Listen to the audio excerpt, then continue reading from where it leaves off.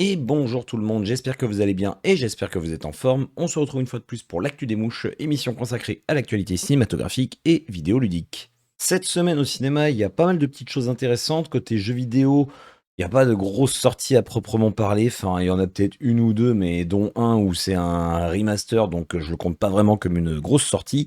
On démarre de suite avec les sorties ciné. Première sortie, il s'agit d'un film d'animation qui s'intitule Flow, le chat qui n'avait plus peur de l'eau. Un chat se réveille dans un univers envahi par l'eau où toute vie humaine semble avoir disparu. Et déjà c'est faux parce que dans le début de la bande-annonce, on voit qu'il était dans le monde avant que l'eau prenne la place de tout ce qu'il y avait justement comme terre. Il trouve refuge sur un bateau avec un groupe d'autres animaux. Hein, ok d'accord, mais s'entendre avec eux s'avère un défi encore plus grand que de surmonter sa peur de l'eau. Tous devront désormais apprendre à surmonter leurs différences et à s'adapter au nouveau monde qui s'impose à eux. Cette semaine, encore une fois, je ne vais pas pouvoir vous proposer les bandes annonces par manque de temps et je pense que désormais, jusqu'à la fin de l'année, je vais pas forcément vous mettre les bandes annonces, mais ça n'empêche que je vais pouvoir quand même donner mon avis dessus, vu que moi de mon côté, j'aurais pris le temps de regarder les bandes annonces. Eh bien, c'est un petit film d'animation qui a l'air extrêmement sympathique, très choupinou, très mignon, enfin tout ce que vous voulez. Au niveau des couleurs, c'est plutôt joli. Les effets visuels ont l'air pas mal, même les graphismes en eux-mêmes c'est pas du film d'animation classique. Ça se rapproche un petit peu, on pourrait dire, on pourrait le rapprocher du Robot Sauvage qui est sorti il y a pas très longtemps. J'ai l'impression que c'est pas forcément un film où il va y avoir des dialogues. Je serais même étonné de ce que j'ai pu voir dans la bande-annonce, à moins qu'ils nous fassent parler les animaux. Ça, on n'en sait rien. Mais visiblement, il va pas y avoir d'humains. Et là où je me posais la question au début, justement, quand le chat arrive dans le bateau, bah, du coup, il y a des humains. Mais en fait, non, pas du tout, parce qu'on voit un peu plus loin dans la bande-annonce que c'est un autre animal qui gère la barre. Pourquoi pas, j'ai envie de dire. Après, c'est un film d'animation, donc j'ai envie de dire, on peut faire un petit peu ce qu'on veut. Mais non, ouais, je dois reconnaître que ça me donne envie. J'ai plutôt envie d'aller voir ce film. Ça a l'air assez poétique. Ça a l'air, comme je vous disais, ça a l'air mignon. Ça a l'air beau à la fois visuellement et dans le message que ça veut délivrer. Enfin, c'était en sélection au Festival de Cannes et visiblement, ça veut nous délivrer un message sur tout ce qui est la faune, la flore. La situation actuelle de la planète et j'ai envie de dire à juste titre entre guillemets enfin c'est assez fort je trouve les plans où on voit comment dire les bâtiments qui sont dans l'eau et tu vois la baleine à un moment donné dans la bande annonce qui sort par-dessus la barque alors qu'ils sont en plein milieu de la ville. Je pense vraiment qu'il va y avoir des séquences assez intéressantes. Et surtout, c'est un film où c'est pas marqué à partir de 3 ou 6 ans, mais à partir de 8 ans. Donc ça veut bien dire que il y a un minimum, je pense, enfin, ça veut dire qu'il va y avoir un minimum de messages qui va être délivré. Alors forcément, les petits ne verront pas forcément les différents messages, les différentes subtilités de ce que va nous proposer le film, mais c'est pour ça que je pense que oui, ça peut être intéressant vraiment pour tout le monde. Et en plus, j'ai envie de dire, regardez, il a l'air tout mignon le petit chat. Deuxième sortie de la semaine, il s'agit d'un film attendu, je sais pas vraiment, mais en tout cas, bon, ça fait un moment que les gens en parlent. Il s'agit de Venom The Last Dance. Eddie et Venom sont en cavale. Chacun est traqué par ses semblables et alors que l'étau se resserre, le duo doit prendre une décision dévastatrice qui annonce la conclusion des aventures d'Eddie et de Venom. Bon, les différentes bandes annonces, je les ai vues un petit peu à droite à gauche pas mal de fois en allant au cinéma. Très honnêtement, je ne sais pas quoi en penser. Je sais pas quoi attendre de ce film. Le premier, quand je l'avais vu la première fois, j'avais vraiment pas aimé. Je sais que le premier était je vais pas dire qu'il était défendu parce que, il y en a qui ont vraiment pas aimé le premier film, mais j'ai le souvenir qu'il était plutôt pas trop mal passé. Là où moi j'avais trouvé ça vraiment hyper cheap. Je me rappelle dans le premier la course-poursuite, en moto dans la rue, où il se fait poursuivre, justement par plein de bagnoles, différentes. Tu vois vraiment, enfin tu sens le travail millimétré, tu sens qu'il y a le chef opérateur qui a dit: «Là, on va faire exploser telle bagnole à tel moment». Limite, tu pourrais voir les câbles tirer les différents trucs lors des explosions ou autre. Enfin, c'est con, mais c'est un passage qui m'a vraiment marqué, mais pas dans le bon sens du terme. Puis à côté de ça, il y avait un côté humoristique qui m'a un petit peu dérangé. Oui, je vous cache pas que Venom, pour moi, ça rime pas avec rigolo et ça se ressent encore plus dans le deuxième film. Enfin, le deuxième, effectivement, alors je l'ai vu il y a pas si longtemps, le 2, Let's There Be Carnage, je crois le titre et je savais que tout le monde j'en attendais rien du tout, hein, comme dirait un certain monsieur, je n'attendais rien et je suis quand même, déçu parce que franchement, ouais, j'attendais rien du tout de ce film vu, tout ce que j'avais pu lire et entendre, dessus et quand je l'ai vu, je me suis dit: «Non mais en fait, c'est totalement justifié». Enfin, je comprends totalement. C'est un peu comme le premier Suicide Squad, je l'ai vu assez tard en me disant: «Bon, tout le monde a chié dessus, on va voir ce que ça donne» et non, effectivement, c'était justifié. Après, encore une fois, les goûts, les couleurs, hein, voilà. Mais donc, ce troisième film, bah, je vois difficilement comment on peut faire pire, honnêtement, que le deuxième. Le 2 était vraiment catastrophique, mais sur tellement de points que je pourrais même pas tous vous les citer. En plus, je vous cache pas que je l'ai un peu mis de côté dans ma petite tête, donc j'ai pas tout retenu. Mais j'espère que ça va redorer un petit peu le blason du personnage de Venom. J'ai du mal à croire qu'ils vont nous tuer un des deux personnages. Peut-être. S'il y en a un qui doit crever, ce sera pas Tom Hardy. Pour moi, ce sera Venom. Mais je m'attends plutôt à ce qu'il y ait une séparation à la fin du film. Limite à ce qu'il y ait une scène post-générique où soit Venom va s'accrocher à quelqu'un d'autre. Et là, ça va être révélation. Ça va être un nouveau personnage. Ou je sais pas, ils vont se retrouver à un moment donné. Bon, en tout cas, voilà, à voir comment ça va se dérouler. De ce que nous montre la bande-annonce, il y a plein de symbiotes différents qui vont débarquer sur Terre, dont un gros qui semble être le chef et qui va s'en prendre bah, directement à Venom et Eddie. Et puis voilà, à un moment donné, on voit que le symbiote va interagir avec un cheval. Et alors ça, cette scène, je me suis dit, mais oh là là là, ils sont partis sur de l'énormissime surplus de n'importe quoi avec le cheval qui est transformé en Venom. Il y a une scène dans la bande-annonce, pareil, je vois pas comment on peut le justifier. Je sais plus si c'était dans le un ou dans le 2 qu'il y avait ça, mais j'avais trouvé ça naze déjà de faire danser Venom. Je crois que c'est dans le 2, oui, où il lâche son micro à un moment donné, pouf, comme ça là. J'avais trouvé ça ridicule. Là, j'ai l'impression qu'on va avoir droit à une scène du même style. Donc voilà, j'irai quand même le voir parce que je suis curieux. Je vous cache pas qu'il y a au fond de moi, j'espère un petit peu que oui, qu'il va se passer quelque chose d'intéressant. Mais on verra. Eh ben, je suis désolé, je pensais pas que j'aurais autant de choses à dire sur ce Venom de Last Dance. Nous allons pouvoir donc enchaîner avec la dernière sortie. Et il s'agit d'un film dont j'ai finalement entendu parler bah, il y a très peu de temps. Je pense que quand j'en ai entendu parler, c'est quand j'ai vu la bande-annonce, ça devait être il y a quoi, peut-être un mois grand maximum. Et c'est un film que j'attends vachement pour le coup. Ça s'intitule Juré numéro 2. Alors qu'un homme se retrouve juré d'un procès pour meurtre, il découvre qu'il est à l'origine de cet acte criminel. Il se retrouve face à un dilemme moral entre se protéger ou se livrer. Alors, comment vous dire, je suis assez, même beaucoup, même énormément, même giga ultra énervé. J'espère que le pchit est faux, parce que la bande-annonce ne dévoile pas ça du tout. Dans la bande-annonce, t'as le juré en question qui raconte ce qui s'est passé un soir. Il t'explique qu'il a renversé quelque chose, il pensait que c'était un cerf, puis vraiment, enfin en tout cas, oui, tu sens pas que c'est un criminel le gars, en tout cas la façon dont c'est fait, peut-être que c'est le cas, mais j'ai du mal à y croire. Et donc, au fur et à mesure qu'il t'explique son histoire, il te dit qu'il est juré à un procès pour justement le meurtre d'une nana. Et en fait, toute la bande-annonce, c'est lui qui explique la soirée et qui se pose la question et qui se dit à la fin, et si c'était pas un cerf? Et c'est tout. La bande-annonce, elle te laisse le doute. Là, si c'est ça le pchit, enfin, si c'est vraiment l'histoire, ça veut dire que le pchit, en 3 phrases, ils ont spoil tout le film. Et je suis désolé, si c'est le cas, je vous le dis, Allociné, c'est purement scandaleux. Donc j'espère.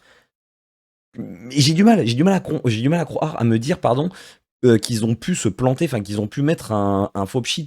Donc si il est vraiment coupable, non, franchement, je trouve ça inadmissible. Je le dis. Je suis désolé, hein, je m'emporte encore une fois, mais quand vous regardez la bande-annonce, il y a vraiment, enfin, tout est fait pour te laisser planer le doute, et justement, c'est ça qui va donner envie aux spectateurs d'aller voir le film. C'est pas, donc là, je suis désolé, ce que je vous ai lu, je vous ai certainement gâché. Vous allez peut-être vous dire, bah, c'est quoi l'intérêt du coup d'aller voir le film? Mais même moi, je suis le premier déçu parce que je pensais en allant voir le film qu'on saurait le détail vraiment que vers la fin. Là, si c'est juste, bah, du coup, il a son dilemme et il doit se décider entre oui et non. Alors, sauf si si on nous le dit dès le début du film, on va dire dans la première demi-heure, bon, ok, je pardonnerai, on va dire, même si je suis pas très content. Mais si on connaît les tenants et aboutissants justement de l'accident beaucoup plus tard dans le film, non, là je ne tolérerai pas. Bon, excusez-moi, pour en revenir au film en lui-même, je disais que c'est un film que j'attends beaucoup parce que tout simplement, Clint Eastwood, voilà, le mec il a plus de 90 ans, il continue encore aujourd'hui de réaliser des films et à chaque fois, alors je n'ai pas vu le dernier qui était un western dont j'ai complètement oublié le nom, Cry Nacho, je crois, un truc comme ça. Je l'ai pas vu et apparemment les critiques sont pas exceptionnelles, mais il faudra que je le regarde parce que j'aime beaucoup la filmographie de Clint Eastwood. Alors moi personnellement, je suis pas un admirateur total de Gran Torino comme ont pu l'être, enfin comme peuvent l'être beaucoup de personnes. Moi je trouve que enfin par exemple que l'affaire Richard Jewell est meilleure, mais son meilleur film pour moi c'est La Mule. C'est clairement le film où je me suis pas ennuyé une seule seconde, mais vraiment, j'ai pas décroché une seule seconde de l'écran. Quand vous allez au ciné, quand vous regardez un film, ça arrive, il y a des moments, tu as des scènes qui sont moins prenantes, moins captivantes que d'autres et c'est compréhensible. Enfin, on peut pas dire d'un film qu'il est parfait à 100%, à part Rasta Rocket bien évidemment. Mais, mais La Mule, vraiment, il n'y a pas une seule seconde où j'ai regardé ma montre ou quoi que ce soit. C'est vraiment un des seuls films où je me suis fait cette remarque à la fin. Je me suis dit, putain, mais j'étais happé par le film du début à la fin. Donc c'est pour ça, enfin, j'aime vraiment beaucoup ces films, beaucoup sa réalisation, les personnages aussi qui crée. Et là, justement, dans la bande-annonce, tu sens clairement la patte de Clint Eastwood. Donc j'espère que au-delà de cette histoire de dilemme, les personnages vont être bien travaillés et qu'il va y avoir quand même plus de suspense que nous laisse supposer le pchit, mais voilà, c'est un film que j'irai voir. Et si vous n'avez pas vu les films de Clint Eastwood, je vous les conseille fortement. Et à côté de ça, il y a deux petits films, pardon, il y a deux films, ils sont pas forcément petits, que j'ai notés, mais dont je vais pas forcément revenir en détail dessus. On a le film Anora qui sort ce mercredi également. Anora, jeune stripteaseuse de Brooklyn, se transforme en Cendrillon des temps modernes lorsqu'elle rencontre le fils d'un oligarque russe. Sans réfléchir, pardon, elle épouse avec enthousiasme son prince charmant, mais lorsque la nouvelle parvient en Russie, le conte de fées est vite menacé. Les parents du jeune homme partent pour New York avec la ferme intention de faire annuler le mariage. Et c'est marrant parce que dans la bande-annonce, j'ai pas le souvenir qu'on voit les parents du jeune homme. Pour moi, il y a juste son père et c'est tout. Ça a l'air, en vrai, ça a pas l'air trop mal. Ça a l'air d'être un petit peu le foutoir ce film. Je sais pas trop comment ils vont réussir à rendre l'intrigue intéressante parce que là, quand je lis le truc, faire annuler le mariage, ok, d'accord. On voit qu'il y a des mecs qui débarquent chez lui et à un moment donné, tu vois la nana, ils arrivent à la choper. Alors visiblement, ça a l'air d'être quelqu'un de très énergique qui n'hésite pas à rendre des coups. Et après, du coup, ils l'ont ligoté, elle est à côté, puis ils sont là, bon, bah, qu'est-ce qu'on en fait maintenant? Donc, je sais pas, assez intriguant. Et on a également le film Sur un fil, qui est un film français de Reda Kateb, pour tout public. Joe, pardon, Joe ou Joe, je ne sais pas. Je dirais Joe quand même, c'est un peu plus stylé. Une jeune femme artiste de cirque de rue découvre le travail des clowns professionnels de Né pour rire. Vite, peut-être trop vite, entrée dans l'association, elle se retrouve à l'hôpital au contact des enfants, des malades, des soignants et des familles, à qui ces clowns tentent inlassablement d'apporter de la joie et du réconfort. J'ai vu quelques petites fois la bande-annonce, j'en ai pas un énorme souvenir, je sais juste que je m'étais dit que ça avait l'air quand même sympathique, vachement axé sur le côté humain. Ça me rappelait le film Patient qui était sorti il y a quelques années, je sais plus si c'est la même boîte de production qui est chargée du film, enfin il me semblait avoir vu ça quelque part, mais je dis peut-être de la merde, hein, c'est possible.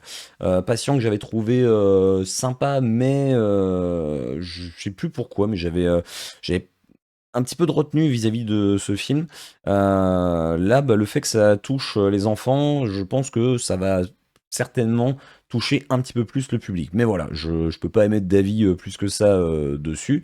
Et donc, bah, nous en avons terminé avec les sorties cinématographiques. Nous allons désormais passer à l'actualité vidéoludique. Première sortie, il s'agit d'un jeu qui sort le mardi 29 octobre sur PC, PS5, Switch et Xbox Series, et il s'agit du jeu Life is Strange Double Exposure. Il s'agit d'un jeu d'aventure narratif mettant en scène Max Caulfield, qui était la protagoniste du tout premier Life is Strange, pardon, que j'avais fait en live et que j'avais trouvé plutôt sympathique, même si alors peut-être qu'à l'époque où c'était sorti, c'était révolutionnaire dans le scénario, mais en tout cas au niveau gameplay, pour moi, il n'y avait rien de révolutionnaire. L'histoire était quand même cool à suivre. Et donc là, ça va nous demander de résoudre une enquête pardon, surnaturelle dans laquelle sa meilleure amie Safi se fait assassiner. Donc elle a changé de meilleure amie. D'accord, c'est sympathique. Non, pour ne pas spoiler, il se passe des choses avec sa meilleure amie dans le premier jeu. La fin était quand même vachement cool. Enfin, Life is Strange, le premier, le premier chapitre était cool. On présentait les différents personnages et en gros comment allait se dérouler l'aventure en elle-même. Et après, ça mettait vachement de temps, je trouvais, à avancer. Enfin, C'était pas forcément intéressant plus que ça. Et par contre, à partir de, alors je sais plus quel chapitre c'était, je sais même plus combien il y avait de chapitres, mais à un moment, tu as réussi à changer le cours du temps. Et sauf que justement, sa meilleure amie, il lui arrive quelque chose de particulier. Et là, par contre, oh, j'en avais eu des frissons. Je revois parfaitement. En plus, c'était à la fin d'un épisode pour bien te donner envie de continuer le jeu. Mais ce passage-là, c'était la masterclass, un bijou narratif. Et donc ici, ça va être une quête qui nous amènera à faire usage d'un nouveau pouvoir qui va nous permettre de voyager entre deux réalités. Bah écoutez, j'ai envie de dire, à voir ce que ça peut donner, hein, tout simplement. Enfin, Life is Strange, je pense que beaucoup de gens ici connaissent. Pour celles et ceux qui connaîtraient pas, en gros, dans le premier, parce que le 2, je ne l'ai pas fait, donc je sais pas s'il y a une différence dans le 2, mais dans le premier en tout cas, on pouvait voyager dans le temps, enfin revenir un petit peu dans le passé pour changer des événements en particulier, et ce qui fait que ça interagissait sur le futur. Et du coup, bah des fois on se rendait compte que ce qu'on avait fait c'était bien pour telle ou telle personne, mais c'était pas bien pour une autre personne. Donc tout le jeu c'était ça, c'était faire un choix, bon bah se dire bon bah est-ce que je laisse ça tel quel, est-ce que je le modifie et le but c'était dans le premier c'était une enquête également sur la disparition d'une nana et dans la conclusion franchement ouais c'était pas mal. Enfin il y avait deux fins possibles. J'ai pas fait les deux fins, j'en ai fait qu'une seule, mais c'était la fin moi qui me semblait la plus cohérente par rapport à l'histoire et celle que j'avais choisie était assez cool. Le 2, j'ai aucune idée de quoi ça parle. Et celui-ci, Double Exposure, je ne sais pas du tout où il se situe dans la timeline. J'ai eu beau regarder sur plusieurs sites différents. J'ai pas regardé sur les sites qui ont fait des previews ou des tests parce que j'avais pas trop envie de me spoiler quelque chose en particulier sur le jeu. Mais je pense que celles et ceux qui ont apprécié les premiers jeux, ça vous plaira forcément de toute façon. Deuxième sortie, ça sort sur toutes les plateformes et le jeudi 31 octobre. Et oui, la semaine passe très vite, justement la semaine prochaine. Il s'agit du jeu Totally Spies Cyber Mission. Il s'agit ici d'un jeu d'action et d'aventure, ce qui me semble totalement logique dans un jeu Totally Spies. Donc c'est une adaptation vidéoludique du célèbre dessin animé, hein, c'est absolument incroyable, qui met en scène une toute nouvelle mission du trio composé de Sam, Alex et Clover. Hein, ça parlera à celles et ceux qui regardaient la série ou qui regardent peut-être encore la série, je ne sais pas si c'est encore diffusé, dans lequel l'équipe doit combattre Cyber Shack. Très bizarre comme nom, une mystérieuse entité de l'ombre, ouais bah c'est pour ça que c'est bizarre comme nom, répandant le chaos dans les rues de Singapour. Je vais pas avoir grand chose de plus à dire dessus. J'ai regardé la bande-annonce. Déjà, la vue est pas mal. Enfin, c'est une vue un petit peu vue de trois quarts. Donc, vue de dessus, ça permet de voir un petit peu tout ce qui entoure les personnages. Après, ça a l'air très basique. Je dis pas forcément que c'est mauvais, mais ça a l'air plutôt simpliste dans la façon dont le jeu est foutu. Après, chose très étrange, c'est pas Jerry qui leur donne les missions. Parce que bon, vous allez pas me faire croire que vous connaissez pas les Total Spies, hein, vous avez forcément vu un épisode où vous connaissez au moins les personnages. Mais c'est une nana. Alors peut-être que si la série, elle est toujours diffusée aujourd'hui. Peut-être que c'est plus Jerry, mais la nana en question, justement, que j'ai pu voir qui donne l'émission. Mais je vous cache pas que j'ai eu un petit pincement au cœur en voyant que c'était pas lui. Sortie suivante qui sort le même jour sur PC, PS5 et Xbox Series, il s'agit d'un nouveau jeu de la saga Dragon Age qui s'intitule Dragon Age The Veiled Guard. Et donc ici, il s'agit du quatrième opus de la saga Dragon Age. C'est un jeu de rôle qui nous présente des nouveaux personnages au sein de l'univers Dragon Age justement, avec une histoire indépendante bien qu'assez liée pardon, à celle de Dragon Age Inquisition que j'aime et que je n'ai pas fait. J'en ai fait aucun de Dragon Age, il me semble. Enfin non, je sais pas, il me semble. J'en ai fait aucun, mais je ne sais plus lesquels j'ai. Je crois que j'ai Inquisition, mais je sais plus si j'en ai d'autres. Alors, spoiler, hein, visiblement, ça va être Solas qui va être l'antagoniste du jeu après avoir fait partie des compagnons dans le précédent épisode. Bon, bah, j'imagine que quand on regarde les bandes annonces, on le voit. Le jeu se déroulera à T20, T20, T20, je sais pas comment le prononcer, et puisque l'on croisera Solas, il n'est pas impossible que d'autres personnages d'Inquisition soient aussi présents, même si l'on s'aventurera dans une région différente. Eh bien écoutez, ça a l'air plutôt cool. J'ai regardé la bande-annonce par curiosité.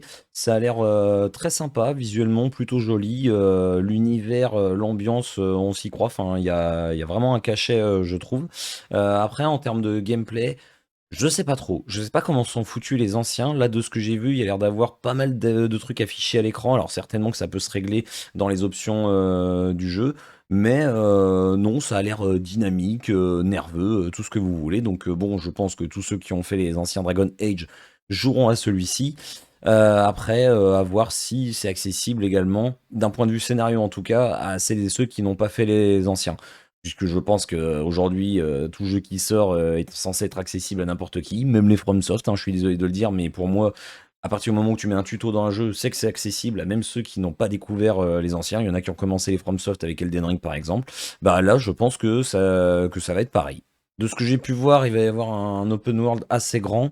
En tout cas, c'est l'impression que ça me donne. Il y a tout un système, pardon, avec des combos, il y a des factions, il y a des classes, il y a pas mal de choses différentes que nous propose le jeu. Donc j'ai envie de dire, ça a l'air assez complet. Sortie suivante, ça sort une fois de plus le même jour, donc le 31 octobre sur PC, PS5 et Xbox Series, et il s'agit du jeu Redacted. C'est un jeu d'action et roguelike qui est un spin-off de The Callisto Protocol. Je suis assez étonné, je regarderai la bande-annonce parce que pour moi c'est pas un roguelike Callisto Protocol, mais je me trompe peut-être. Anciennement connu donc sous le nom de Project Birdseye, se déroule dans le même univers de science-fiction. Les joueurs et les joueuses y explorent de nouveaux environnements tout aussi oppressants, heureusement que c'est pas les mêmes environnements, remplis de dangers extraterrestres et d'énigmes à résoudre. Le jeu conserve l'atmosphère sombre et terrifiante de la série, logique j'ai envie de dire, tout en introduisant de nouvelles mécaniques de gameplay et des défis. Ah, j'imagine. Ah, je vérifierai, hein, le côté roguelike, ça m'intrigue. Les adeptes de l'horreur spatiale retrouveront ici une expérience immersive et intense, fidèle à l'univers établi par The Callisto Protocol. Donc non, après vérification, je confirme, The Callisto Protocol, c'est juste un jeu de tir horrifique à la troisième personne. Et là, effectivement, en ayant regardé la bande-annonce de Redacted, ça a rien à voir, je trouve. C'est même, alors le fait qu'ils aient complètement changé de style visuel, parce que The Callisto Protocol, c'était comme, Dead Space, enfin ça se voulait, extrêmement réaliste. Là, ils sont partis sur un effet cel shading avec une vue de 3/4. Donc, bah, c'est très particulier de se dire, que ça se passe dans le même univers. Enfin, quand ils disent, ça a été respecté sur tel point, tel point, tel point, OK, mais je pense qu'au niveau du gameplay, ça va en perturber plus d'un. Donc, je suis même pas sûr honnêtement que les joueurs qui ont apprécié The Callisto Protocol apprécient celui-ci. Après, ça a l'air nerveux. Bon, de toute façon, un roguelike, je connais pas un roguelike à part Pacific Drive, mais bon, ça, c'est un jeu à part, nous n'allons pas en parler ici. Mais un roguelike, en général, c'est plutôt nerveux. Donc, ça a l'air de respecter le format. Ça me fait un peu penser à Hades, quoi, quand j'ai vu la bande-annonce, avec à des moments différents choix. Tu vas avoir le choix entre trois capacités. Honnêtement, pourquoi pas, à tester. Et je pense que ça peut même se faire clairement sans avoir joué à The Callisto Protocol. Dernière sortie qui sort cette fois-ci le vendredi 1er novembre sur PC, PS5 et Nintendo Switch, il s'agit du jeu Farmagia. C'est un mélange entre action RPG et simulation agricole qui est conçu en collaboration avec le papa de Rave, Fairy Tail et Eden Zero. Ce titre nous invite donc à suivre l'épopée de Ten, un personnage qui doit lever une armée de créatures appelées Farmagia afin de mettre un terme au régime despotique imposé par le suzerain Glaza et ses Horation Seis. En plus du jeu, cette nouvelle licence aura droit à une adaptation en animé. Ok, donc là ce coup-ci ils partent d'un jeu pour en faire une adaptation par la suite en animé. Eh bien écoutez, je vais regarder vite fait la bande-annonce histoire quand même de voir de quoi ça parle. Enfin, pas vraiment de quoi ça parle, mais de quoi il en retourne, parce que je viens de vous lire de quoi ça allait parler. Après avoir vu la bande-annonce, bah, j'ai envie de dire, tu sens presque que c'est un jeu, effectivement, Nintendo Switch. Pourtant, ça sort également sur PC et PS5, mais visuellement, alors même s'il y a un style animé qui fait un petit peu passer la pilule, je trouve pas ça exceptionnellement beau. Et bah effectivement, ça a l'air d'être un mélange de genres avec tout ce qui va être exploitation agricole. Ça me fait penser un peu à Sakuna dans le principe, mais en moins poussé. Sakuna, c'était vraiment un jeu, c'était bien fait. Franchement, Sakuna, ouais, moi qui suis pas forcément fan des jeux, après ça mélangeait également plusieurs styles, mais des jeux où justement il y a de la gestion agricole, des trucs à faire pousser, ce genre de choses. C'était vachement bien foutu, assez exigeant d'ailleurs. Là, je sais pas à quel point ça va l'être. Mais tout ce qui est combat, honnêtement, moi personnellement, ça ne m'inspire pas plus que ça. Donc j'ai envie de dire, n'hésitez pas à regarder la bande-annonce pour vous faire votre propre avis. Mais moi, en tout cas, je suis pas hypé plus que ça par ce jeu. Et ce sera tout pour les sorties de la semaine. Alors je vais quand même revenir très rapidement sur 3 jeux qui sortent également cette semaine, dont un, bah oui, parce que tout à l'heure je vous ai dit, bah, il y a quand même un gros jeu mais qui est un remaster, donc j'en ai pas encore parlé, c'est normal. Le premier, enfin les deux premiers sont des jeux en VR, c'est pour ça que j'en ai pas parlé plus que ça. Le premier d'entre eux c'est Wanderer The Fragments of Fate qui sort le 30 octobre sur MetaQuest avec le PSVR 2 et SteamVR. Et le deuxième, Mince, où est-ce qu'il est? Ah, il est là. Starship Troopers, et oui, il y a un autre jeu Starship Troopers qui sort, alors qu'il y en a un qui est sorti il n'y a pas si longtemps que ça, qui sort le 31 octobre, lui, sur MetaQuest et sur le PlayStation VR 2. Honnêtement, un jeu Starship Troopers en VR, je pense que si l'univers est respecté, ça peut être très très très très cool.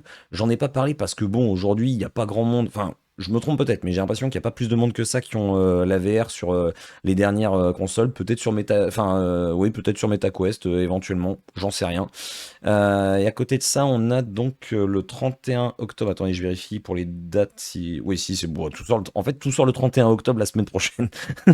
On a le jeu donc Shadows of the Damned Hella Remastered, qui est une réadaptation du jeu qui était sorti en 2011 sur PS3 et 360. Pour celles et ceux qui connaîtraient, ça sort donc sur PC, PS4, PS5, Switch et Xbox Series. Et on a Horizon Zero Dawn Remastered qui sort le même jour, donc sur PC et PS5. Voilà, je suis désolé, mais je comprends pas. Je comprends pas, ça commence vraiment. C'est vraiment le terme, hein. Ça commence vraiment à me gonfler, à m'énerver.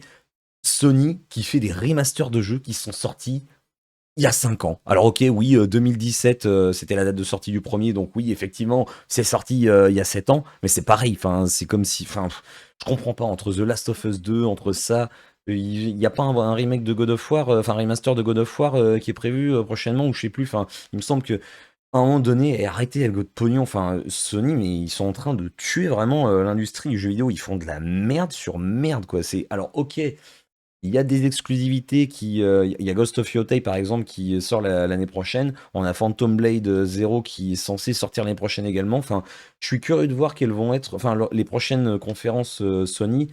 Mais honnêtement, ça commence vraiment à me pomper l'air qu'ils fassent des remasters de jeux auxquels les gens jouent encore aujourd'hui parce que c'est des gens assez récents, quoi. À un moment donné, il faut arrêter de prendre les consommateurs pour des cons.